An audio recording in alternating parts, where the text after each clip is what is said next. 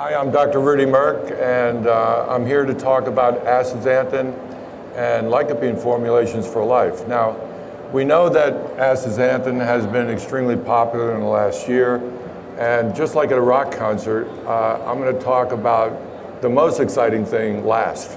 So you'll have to sit through the lycopene part of this.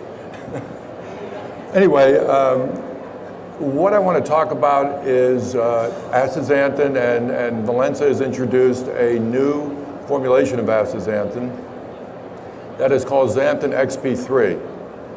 Now, XP3 is a body-ready version of astaxanthin that gives up to 3.7 times more absorption compared to simply taking astaxanthin oil or oleoresin in a capsule. And we'll show you why that's so and how that works, and also we'll do some recommendations on astaxanthin as far as what the dosage should be and what the dosage should not be. Valensa is a company that is very interested in human health.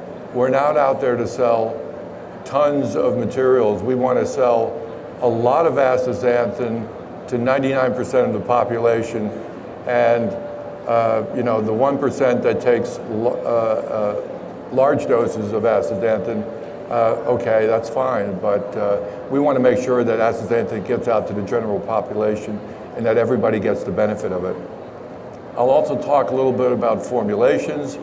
They're on the screen. Derma 360 is a formulation that is beauty from within, where you've got astaxanthin and lycopene and other carotenoids, including either krill oil, or if you're into a vegetarian product, it would be a perilla oil or chia oil to help with skin health. Beauty from within is a very popular topic in Japan and also in Europe.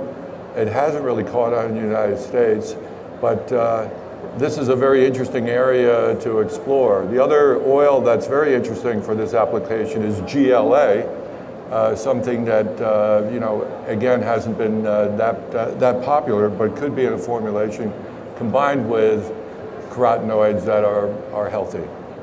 Now, the other thing I want to talk about when I talk about lycopene is its combination with saw palmetto.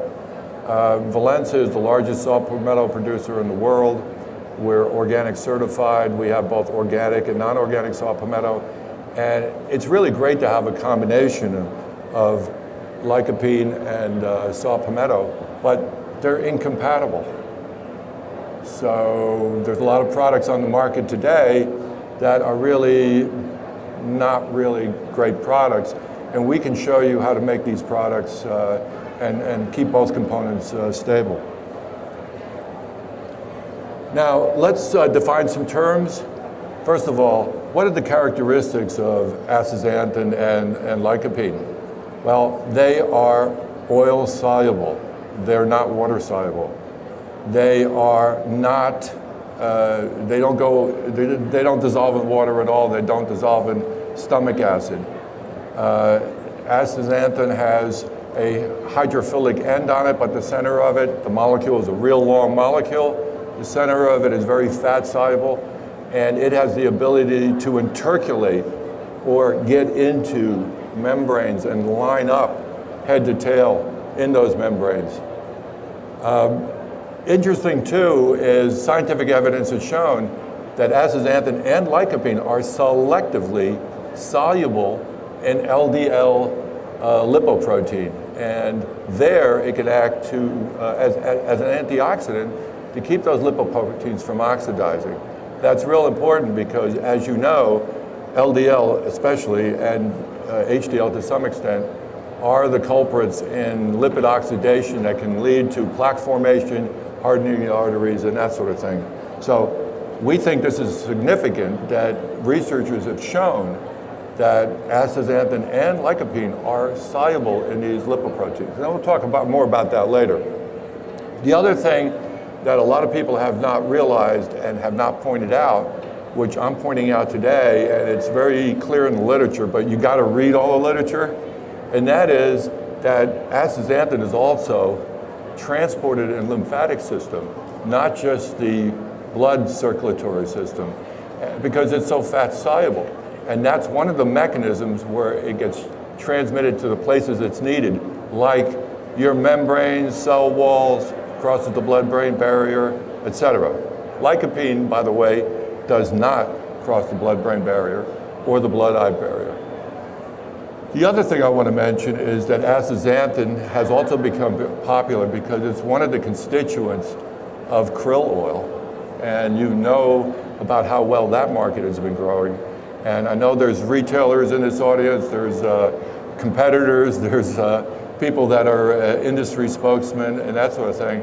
And I'm sure you've seen the growth of krill oil. And one of the components, and we think one of the components that makes krill oil very special besides the phospholipid is the astaxanthin content. And my company offers a krill oil with enhanced astaxanthin content, but also some of our competitors offer those products. And you know, we think that's fine, that's a great thing. The function of these things is, you know, we are not going to make any claims that are outrageous. It's an antioxidant, folks. These are both antioxidants.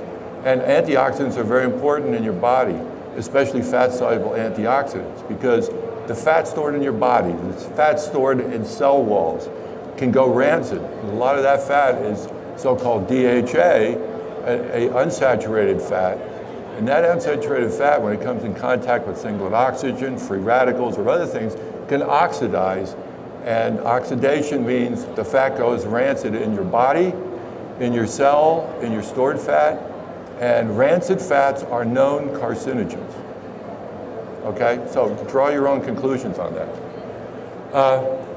Both astaxanthin and lycopene bioaccumulate in tissue.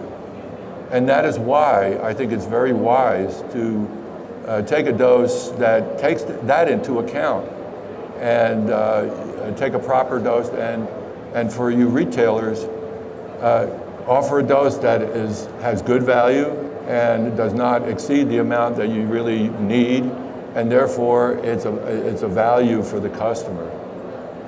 Dosing lycopene 5 to 10 milligrams a day, and later on I'll talk about why it's better to, this is one of the rare supplements that you need to take as a supplement, and the vegetable sources of it are not that good.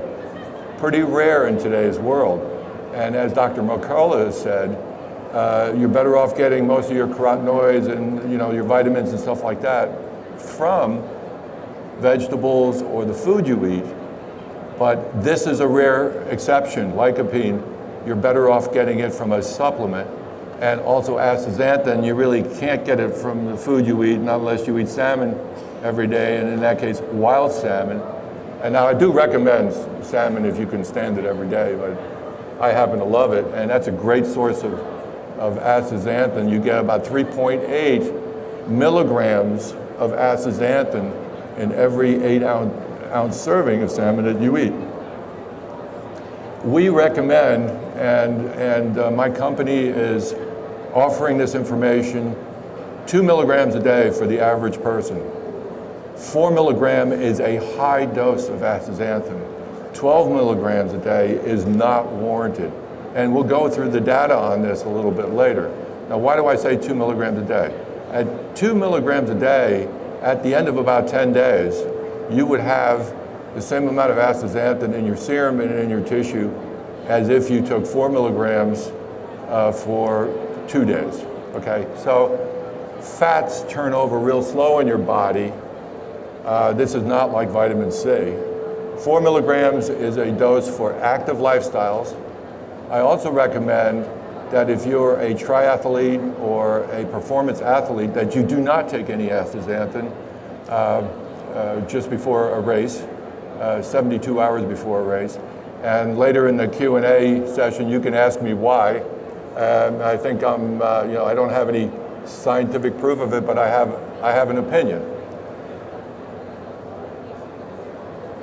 Now, there are two worlds in the body, the water world, and I guess you've all seen that bad movie, but there's also the fat world, and the two really only meet each other at their interface, and in that interface, cell walls and that sort of thing, you do get transport between those two systems, but astaxanthin is never found in the water world.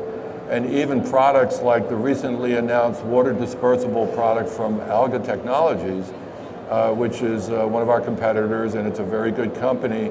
That product is water dispersible, but it is not water soluble. There's a big difference, and we should realize that. Now, if it's water dispersible, you can put it in a beverage, you can put it into food, and that sort of thing, but still, it is an oil droplet when it gets into your body.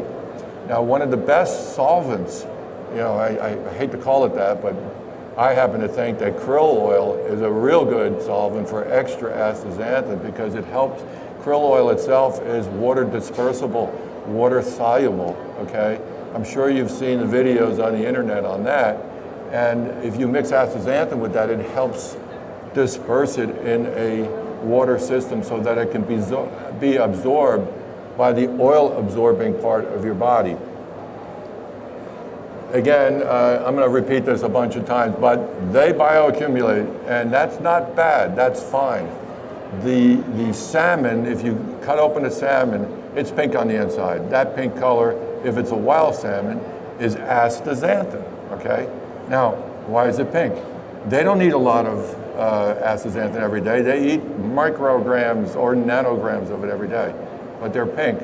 But I would bet even money that a salmon that doesn't have any astaxanthin in it is not going to make it up to the headwaters because of fatigue, oxygen stress, and that sort of thing. And the astaxanthin protects its flesh, its cells, its membranes from the ravages of oxidation, which is what happens when a fish is swimming upstream, and you're all familiar with that. Okay, so these two things cannot be compared to the water-soluble world. Very important. Now, the first thing I'm going to talk about is lycopene. Lycopene is a hydrocarbon. It has no oxygen, it has no nitrogen, it has no functional group. It's fat soluble. It's even soluble in things like, I know it's an ugly word, hexane, that sort of thing. So in order to get it into your body, you've got to have an oil that carries it in, right? Now, lycopene is a healthy product for skin health, cardio health, and prostate health. I'll go into that in a minute. I think the prostate thing is very important, especially since most males over the age of 65, a very high percentage are going to have prostate issues, a large prostate, benign prostate hyperplasia, prostate cancer, that sort of thing. I also think that lycopene is very important for breast health because, like the prostate, breasts are a fatty tissue, and lycopene is extremely soluble, and I'll show you why that could be a benefit in a little while.